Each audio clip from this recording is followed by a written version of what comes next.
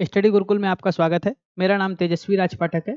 Last class में हम लोगों ने रीतिकाल को पढ़ा था, जो कि हिंदी साहित्य का एक भाग हुआ करता था। आज हम लोग आधुनिक काल की शुरुआत करने वाले हैं। उससे पहले हम लोग हिंदी साहित्य के इतिहास को एक बार पुनः देख लेते हैं कि हिंदी साहित्य का इतिहास किन कालक्रमों में हम लोगों ने विभाजित किया था, और आज जो आधुनिक काल हम लोग पढ़ने वाले हैं वो हिंदी साहित्य के इतिहास के कौन से भाग के अंतर्गत हम लोग में आता है। तो चलिए सबसे पहले एक बार देख लेते हैं पुनः। जैसा कि हिंदी साहित्य का इतिहास हम लोगों ने 3 भागों में विभाजित किया था। सबसे जो पहला काल था, जिसे हिंदी का प्रारंभिक युग के नाम से भी जाना गया, जिसे हम लोगों ने आदिकाल कहा था। आदि काल के नाम से संबोधित किया था। इसके बाद जो दूसरा काल था, उसे हम लोगों ने मध्यकाल के नाम से संबोधित किया था, मध्यकाल। और जो अंतिम काल था, उसका नाम था आधुनिक काल। क्या नाम था बेटा? आधुनिक काल इसका नाम था। अगर इसके टाइम पीरियड की बात करें तो 1900 से अब तक के टाइम पीरियड को हम लोगों ने किस काल के नाम से जाना? आधुनिक काल के नाम से जाना। इसके बाद हम लोगों ने मध्यकाल की 2 शाखाएं देखी थी।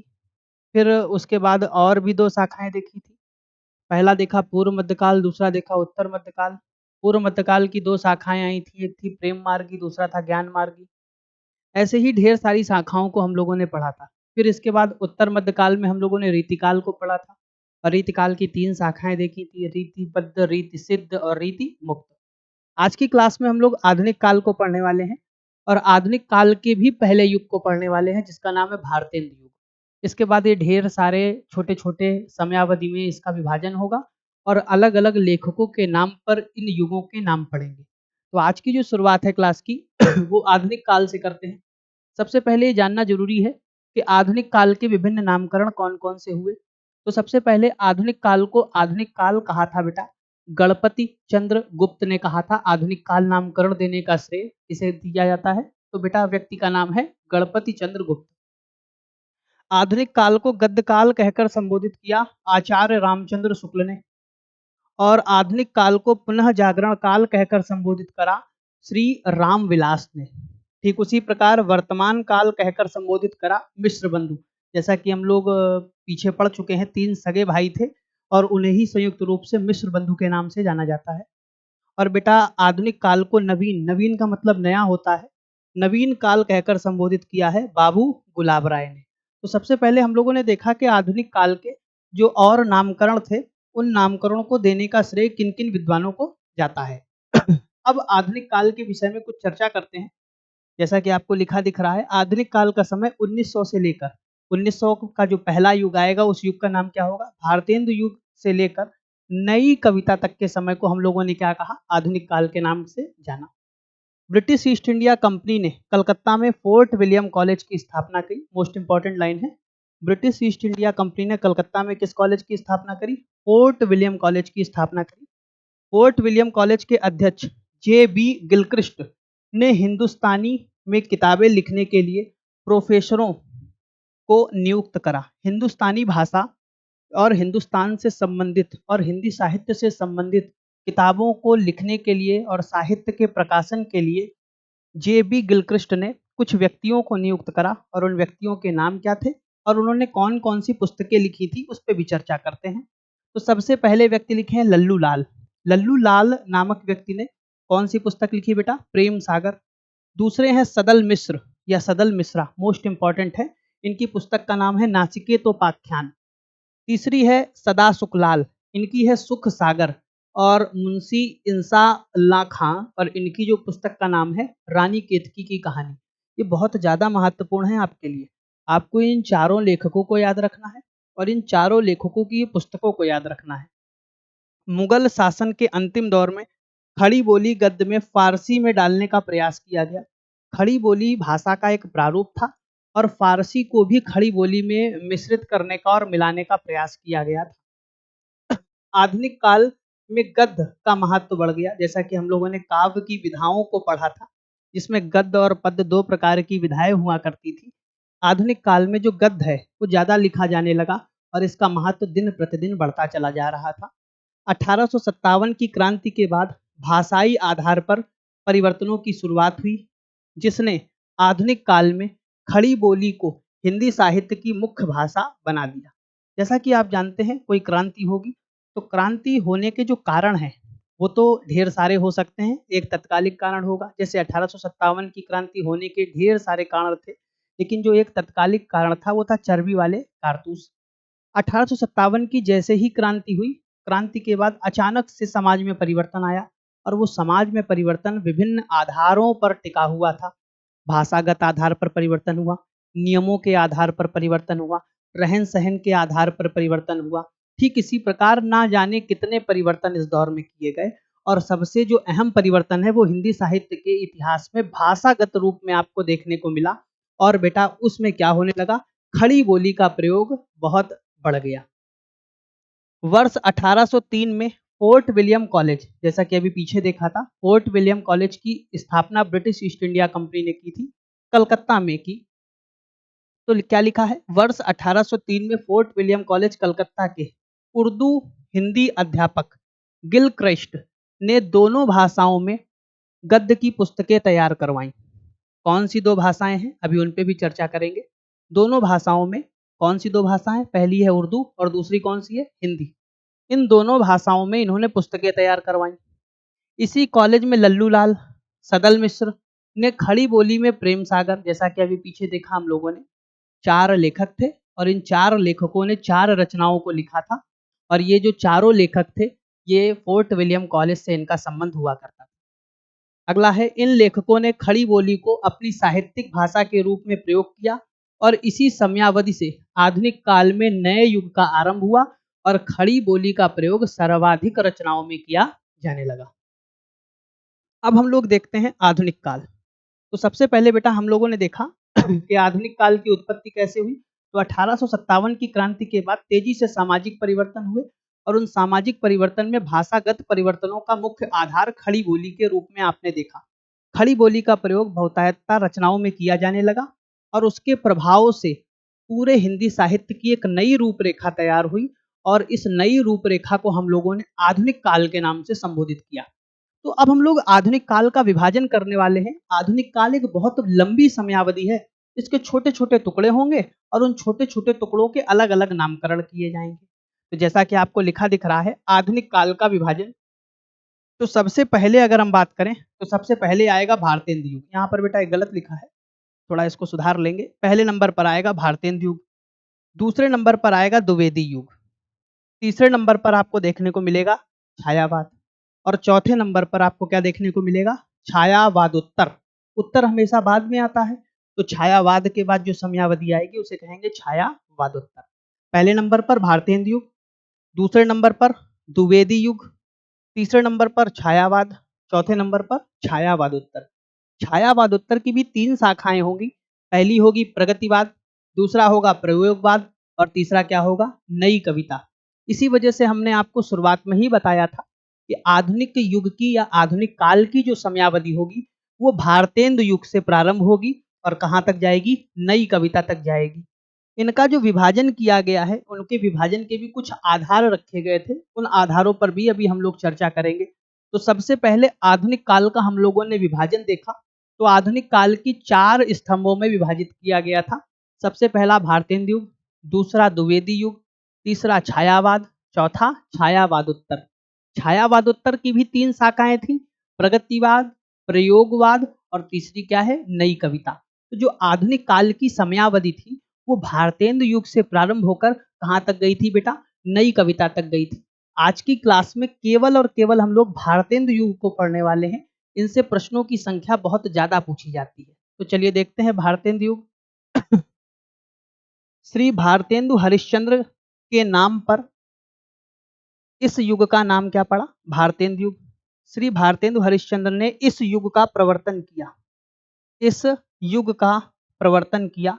मतलब भारतेंदु युग के जो प्रवर्तक हैं वो कौन है बेटा, भारतेंदु हरिश्चंद्र। इस बात को भी याद रखेंगे, भारतेंदु युग के प्रवर्तक कौन है बेटा, भारतेंदु हरिश्चंद्र।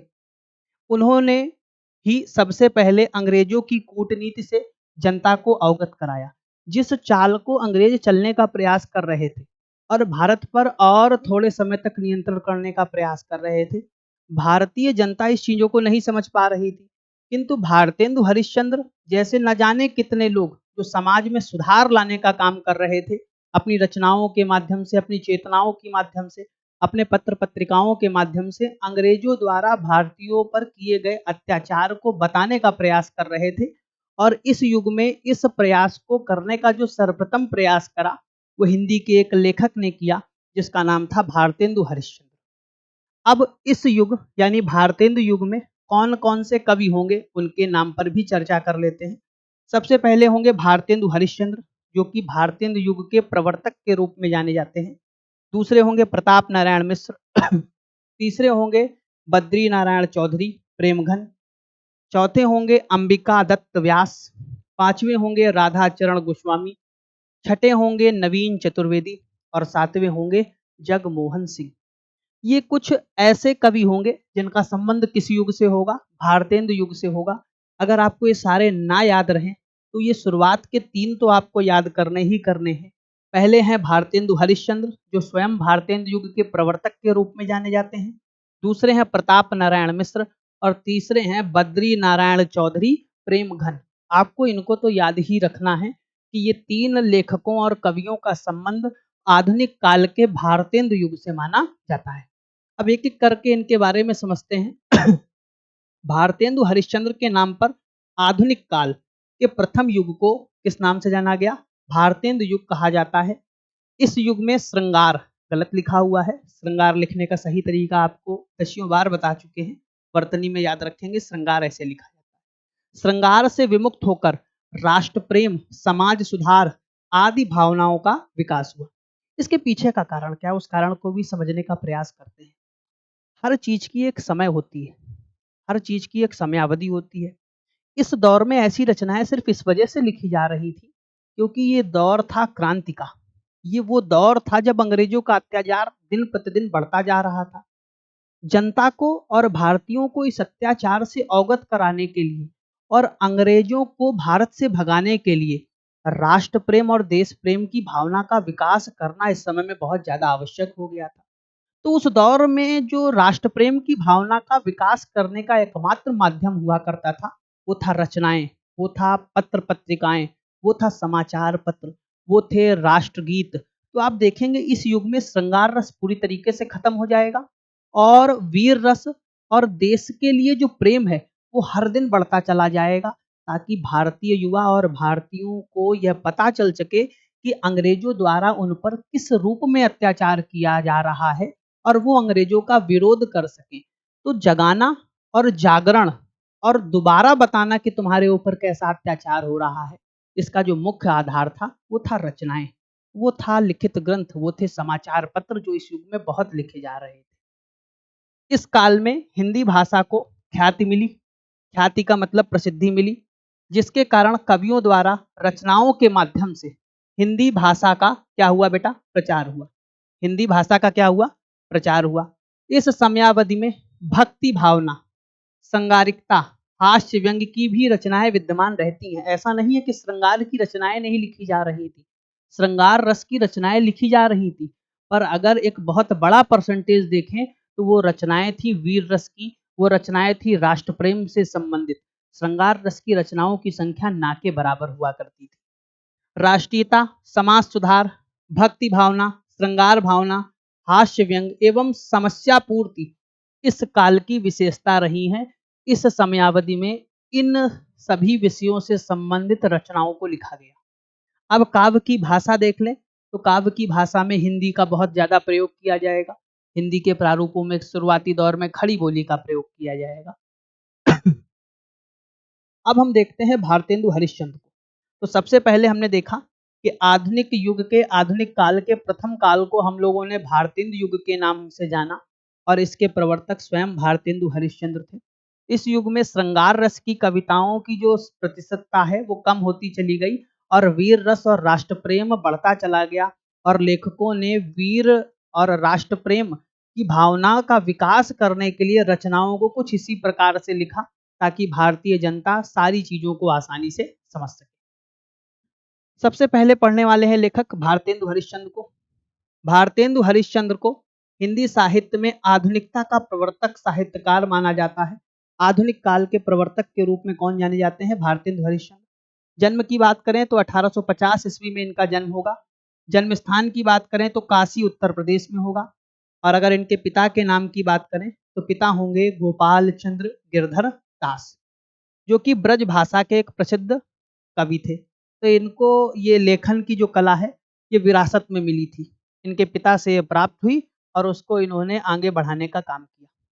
अगर मृत्यु की बात करें तो 1885 में मात्र 35 वर्ष की अल्पायु में भारतेंदु हरिश्चंद्र की क्या हो जाएगी? मृत्यु हो जाएगी। 18 वर्ष की आयु में इन्होंने बंगला से विद्या सुंदर नाटक को हिंदी में अनुवाद किया। मात्र 18 वर्ष की आयु में ये एक बहुत बड़े लेखक और अनुवादक के रूप में उभरे। आपने सुना होगा पूत के पाँव पालने में दिखने लगते हैं, तो भारतेंदु हरिश्चंद्र आने वाले समय में क्या करने वाले थे ये इन्होंने अल्पायु में ही दिखाने की शुरुआत कर दी। अगर देखें 1868 ईस्वी में कवि वचन सुधा नामक पत्रिका निकाली। कुछ याद रहे ना रहे, इस बात को आप याद जरूर रखेंगे कि कवि वचन सुधा नामक पत्रिका के प्रकाशन का श्रेय किसे जाता है? भारतेंदु हरिश्चंद्र। और समयावधि याद रखेंगे 1868 में। 1873 मोस्ट इंपॉर्टेंट, 1873 में हरिश्चंद्र मैगजीन नामक मासिक पत्रिका निकाली तथा कालांतर में इसका नाम परिवर्तित कर हरिश्चंद्र चंद्रिका रख दिया गया। तो 1873 में हरिश्चंद्र मैगजीन निकाली जिसका नाम परिवर्तित करके क्या रख दिया गया बेटा? हरिश्चंद्र चंद्रिका। 1874 में 73 के अगले साल 1874 में बाल बोधनी नामक एक पत्रिका निकाली जिसका संबंध स्त्रियों की शिक्षा से था। इस बात को भी आप याद रखेंगे। फिर अगले अब हम लोग नाटक पर चर्चा करते हैं। इन नाटकों को लिखने का श्रेय भारतेंदु हरिश्चंद्र को जाता है। भारतेंदु हरिश्चंद्र द्वारा ये जितने भी नाटक लिखे गए वो ख्याति को प्राप्त हुए और ये सभी बहुत महत्वपूर्ण हैं। इसमें से 4-5 तो आपको याद ही रखने हैं। सबसे पहला मोस्ट इंपॉर्टेंट वैदिक हिंसा हिंसा न भवति, ये नाटक है भारतेंदु हरिश्चंद्र का। फिर चंद्रावली, दूसरा मोस्ट इंपॉर्टेंट है भारत दुर्दशा। इसके बाद अंधेर नगरी, ये भी बहुत इंपॉर्टेंट है। नील देवी, प्रेम जोगनी, सती प्रताप, विस्मय विस्मदास, मुद्रा राक्षस मोस्ट इंपॉर्टेंट है। सत्य हरिश्चंद्र, ये भी मोस्ट इंपॉर्टेंट है। इसके बाद कर्पूर मंजरी, ये जिसमें हमने मोस्ट इंपॉर्टेंट बताया है आपको, ये तो आपको याद ही करना है क्योंकि कई बार एग्जाम्स में यही पूछा जाता है। अब इनका जो ऐतिहासिक ग्रंथ है उसका नाम क्या है? बादशाह दर्पण, कश्मीर कुसुम। और इनकी एक कहानी है, कुछ आप बीती कुछ जग बीती। ये भारतेंदु हरिश्चंद्र के जितने नाटक हैं जिसमें से वैदिक हिंसा हिंसा न भवति, भारत दुर्दशा, अंधेर नगरी, मुद्रा राक्षस और सत्य हरिश्चंद्र, ये सबसे ज्यादा महत्वपूर्ण है। आपको इनकी 3 पत्रिकाएं याद रखनी है। सबसे पहले 1868 में कवि वचन सुधा, 1873 में हरिश्चंद्र मैगजीन जिसका नाम परिवर्तित कर हरिश्चंद्र चंद्रिका रख दिया गया, 1874 में बाल बोधनी पत्रिका का संपादन किया। ये तीनों आपको पत्रिकाएं याद रखनी है। अब जो अगले लेखक हैं जो भी बहुत इंपॉर्टेंट हैं भारतेंदु हरिश्चंद्र के बाद, दूसरे सबसे महत्वपूर्ण लेखक हैं पंडित प्रताप नारायण मिश्र। अगर जन्म की बात करें तो 1856, पिता संकटा प्रसाद जो कि एक ज्योतिषी थे। जन्म स्थान की बात करें तो उन्नाव के बैजे नामक स्थान में इनका जन्म होगा। और मृत्यु की बात करें तो 1894 में इनकी मृत्यु हो जाएगी मात्र 38 वर्ष की अल्पायु। पंडित प्रताप नारायण मिश्र ने कानपुर में एक बहुत लंबा समय व्यतीत करा, मतलब बहुत लंबे समय तक ये कानपुर में रहे। ब्राह्मण मोस्ट इंपॉर्टेंट, पंडित प्रताप नारायण मिश्र के विषय में ये लाइन तो आपको याद ही रखनी है कि ब्राह्मण नामक पत्रिका का संपादन कौन करते थे? पंडित प्रताप नारायण मिश्र किया करते थे। अगर बेटा हम लोग इनके निबंधों पर चर्चा करें तो ये भारत दुर्दशा, अभी आपने हरिश्चंद्र का नाटक देखा था भारत दुर्दशा, ये निबंध है। और ये किसका निबंध है? प्रताप नारायण मिश्र का, भारत दुर्दशा। दूसरा है कलि कौतुक रूपम, ये भी आपको याद रखना है। और अगर इसके बाद तीसरा सबसे महत्वपूर्ण याद रखना है हटी हम्मीर, याद तो आपको सारे करने हैं, वही जो टिक किए हुए हैं सर्वाधिक महत्वपूर्ण है, आपको ये तो याद ही करने। अगले लेखक कौन है बेटा? बालकृष्ण भट्ट। अगले कौन है? बालकृष्ण भट्ट, जैसे शुरुआत में ही बताया था। 1844 में इनका जन्म होगा और 1914 में इनकी मृत्यु हो जाएगी। बालकृष्ण भट्ट हिंदी प्रदीप नामक पत्र के संपादक रहे। मोस्ट इंपॉर्टेंट, हिंदी प्रदीप नामक पत्र के संपादक कौन रहे बेटा? बालकृष्ण भट्ट। इनको तो याद ही करना है। रचनाओं पर बात करें तो रेल का टिकट खेल सबसे इंपॉर्टेंट है, और इसके बाद बाल विवाह। ये दो आपको सबसे महत्वपूर्ण याद रखनी है, बालकृष्ण भट्ट की ये दोनों रचनाएं आपको याद रखनी। अगले लेखक हैं बेटा अंबिका दत्त व्यास। जो तीसरे क्रम के लेखक हैं उनका नाम क्या है? अंबिका दत्त व्यास। अंबिका दत्त व्यास जी भारतेंदु युग के श्रेष्ठ कवि और लेखक थे। जन्म की बात करें तो 1848 में होगा। राजस्थान की राजधानी जयपुर में इनका जन्म होगा। पिता का नाम होगा दुर्गा दत्त और निधन हो जाएगा वर्ष 1900 में। अंबिका दत्त की रचनाओं पर चर्चा करें तो कहानी संग्रह में आपको दो तीन याद रखनी है। सबसे ज्यादा आपको याद रखनी है मीमांसा, मीमांसा के बाद बिहारी बिहार, और इसका बाद चांद की रात। ये आपको तीन इनके कहानी संग्रह तो याद ही रखने हैं। और अगर आत्मकथा की बात करें तो आत्मकथा निज वृत्तांत, क्या नाम है बेटा? निज वृत्तांत। आपको अंबिका दत्त व्यास की आत्मकथा याद रखनी है। इसके बाद अगर इनके उपन्यासों की बात करें तो उपन्यास शिवराज विजय, पतासी, ये इतने महत्वपूर्ण नहीं है, बस पत्रिका याद रखेंगे पीयूष प्रवाह। लेखक का नाम अंबिका दत्त व्यास और पत्रिका का नाम पीयूष प्रवाह आपको याद रखनी है, सबसे महत्वपूर्ण है। काव्य संग्रह पुष्प वर्षा, उपदेश लता, मूर्ति पूजा, गुप्त शुद्धि दर्शनम, सहस्त्रनाम, रामायणम, साहित्य नातनी, प्रस्तार दीपिका, संख्या सागर, सुधा और क्षेत्र कोसलम। आपको ये काव्य संग्रह इतने नहीं याद रखने हैं, लेकिन आपको पत्रिका बहुत अच्छे से याद रखनी है। नाम क्या है बेटा? पीयूष प्रवाह। अब अगले हैं बेटा बद्री नारायण चौधरी। मोस्ट इंपॉर्टेंट है। कौन है बेटा? बद्री नारायण चौधरी। अगर बेटा हम जन्म की बात करें तो 1855 और मृत्यु होगी 1922 में। ये आनंद कादम्बनी, मोस्ट इंपॉर्टेंट, आनंद कादम्बनी नामक पत्रिका का संपादन करते थे। साथ ही नागरी नीरज पत्र का भी संपादन किया करते थे। पत्र उतना महत्वपूर्ण नहीं है आपके लिए, लेकिन आपको पत्रिका हमेशा याद रखनी है। आनंद कादम्बनी के संपादक कौन थे? बद्री नारायण चौधरी। और अगर नाटक की बात करें तो प्रयाग, रामागमन और दूसरा है भारत सौभाग्य। अगर काव्य की बात करें तो जीर्ण जनपद, जो कि इतना महत्वपूर्ण नहीं है। आप केवल और केवल पत्रिका को याद रखेंगे तो आपका काम चल जाएगा कि बद्री नारायण चौधरी किस पत्रिका का संपादन किया करते थे, तो उसका नाम क्या होगा? आनंद कादम्बनी। अब ये है भारतेंदु युग के कुछ लेखक, इनको भी आपको याद रखना है। इनकी एक एक दो दो और रचनाएं हैं।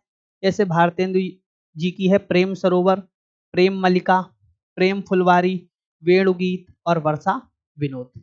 वहीं प्रताप नारायण मिश्र की अगर बात करें, प्रेम पुष्पावली, मन की लहर, श्रृंगार विलास, लोकोक्ति शतका, कहीं कहीं पर शतक भी मिलता है।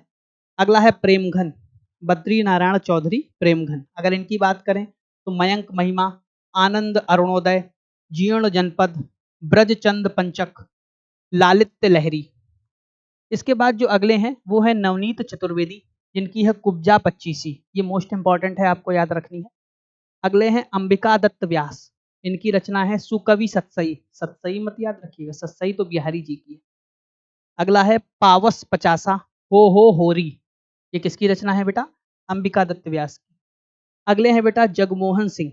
जगमोहन सिंह की रचनाओं की बात करें, प्रेम संपत्ति लता, श्याम लता, श्यामा, सरोजनी, देवयानी, ऋतु संहार। और बेटा अंतिम कौन है? राधा चरण गोस्वामी। इनकी रचना है नवभक्त माला। ये भारतेंदु युग के कुछ अन्य लेखक थे जिनकी रचनाएं थी, आपको इनको भी याद करके चलना है। अगले हैं इस युग में पत्रिकाओं को देख लेते हैं, किन किन पत्रिकाओं का प्रकाशन किया जा रहा है। अलग से लिख दिया ताकि आपके लिए आसानी रहे। भारतेंदु हरिश्चंद्र तीन पत्रिकाओं का संपादन करते थे। पहला था कवि वचन सुधा, दूसरी थी हरिश्चंद्र चंद्रिका, जिसका पहले नाम क्या था? हरिश्चंद्र मैगजीन, और तीसरी कौन सी है? बाल बोधनी। प्रेमघन, बद्री नारायण चौधरी प्रेमघन किस पत्रिका का संपादन करते थे? तो आनंद कादम्बनी। और वहीं प्रताप नारायण मिश्र की बात करें तो ब्राह्मण नामक पत्रिका का संपादन किया करते थे। अंबिका दत्त व्यास जी पीयूष प्रवाह का संपादक किया करते थे। और वहीं बालकृष्ण भट्ट की बात करें तो हिंदी प्रदीप नामक पत्रिका का क्या किया करते थे? संपादन किया करते थे। अब भारतेंदु युग के दो तीन अन्य साहित्यकार हैं। पहले हैं लाला श्रीनिवास दास, ठाकुर जगमोहन सिंह और राधा चरण गोस्वामी। ये भारतेंदु युग के कुछ अन्य साहित्यकार थे। यहीं से हम लोगों ने देखा कि भारतेंदु युग के लगभग 10 से 11 साहित्यकारों पर चर्चा करी। भारतेंदु युग से संबंधित सारे प्रश्नों पर चर्चा करी। भारतेंदु युग यहीं पर समाप्त होता है। इसके बाद जो अगला युग आएगा उसे द्विवेदी युग के नाम से जानेंगे। मुझे उम्मीद है कि आपको ये क्लास बहुत अच्छे से समझ में आई होगी। अगर इस क्लास से रिलेटेड कोई भी डाउट है तो आप कमेंट बॉक्स में ज़रूर पूछिएगा, मैं उत्तर ज़रूर दूंगा। अगली क्लास में मुलाकात होगी, तब तक के लिए धन्यवाद।